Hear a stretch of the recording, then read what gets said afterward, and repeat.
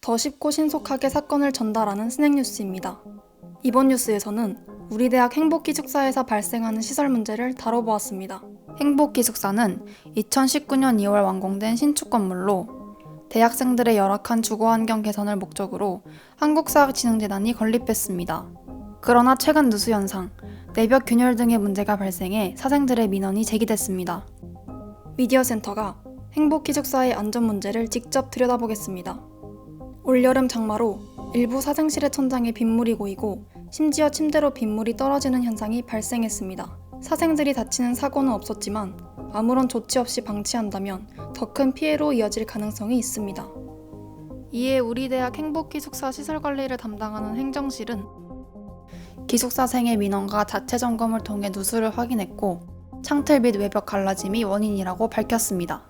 행복기숙사는 시공업체인 풍린산업을 통해 일부 사생실 복도 창문, 휴게실 창틀의 실리콘 보수 작업을 마쳤으며 누수 피해를 본 하구를 다른 사생실로 재배정하고 보수 작업을 진행했습니다.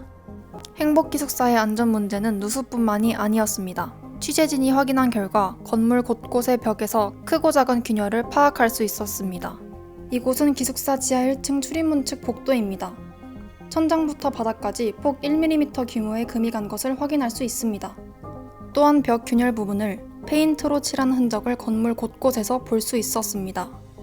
행정실은 균열에 대해 건물이 자리 잡아가는 과정에서 생긴 현상이며 건설 과정에서 테스트를 통해 정밀 시공을 하고자 노력했으나 당시 준공기간에 입주가 시작돼 마감 공사 후 충분한 안전기간을 확보하지 못한 것을 원인으로 꼽았습니다.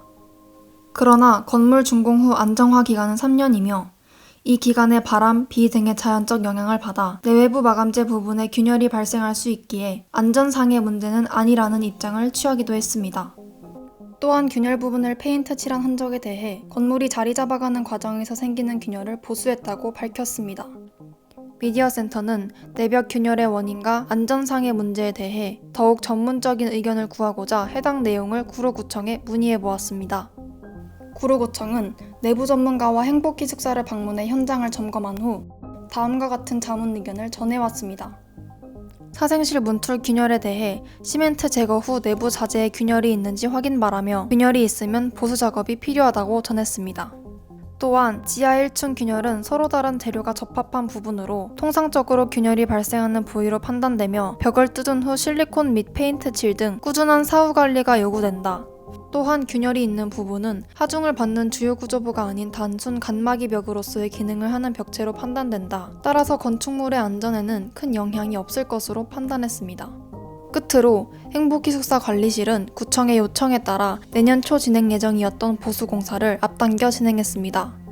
지난달 27일부터 30일까지 내벽 균열에 실리콘과 실링 테이프를 부착했으며 누수의 원인으로 꼽혔던 창틀 보수 공사 또한 진행됐습니다. 이번 스낵뉴스에서는 올여름 행복기숙사에 불거진 누수와 균열 현상의 실태를 전해드렸습니다. 앞으로도 행복기숙사는 학우들의 안전이 보장되어 모두가 안심하고 지낼 수 있는 공간이 되길 바랍니다. 미디어센터 김아랑 기자입니다.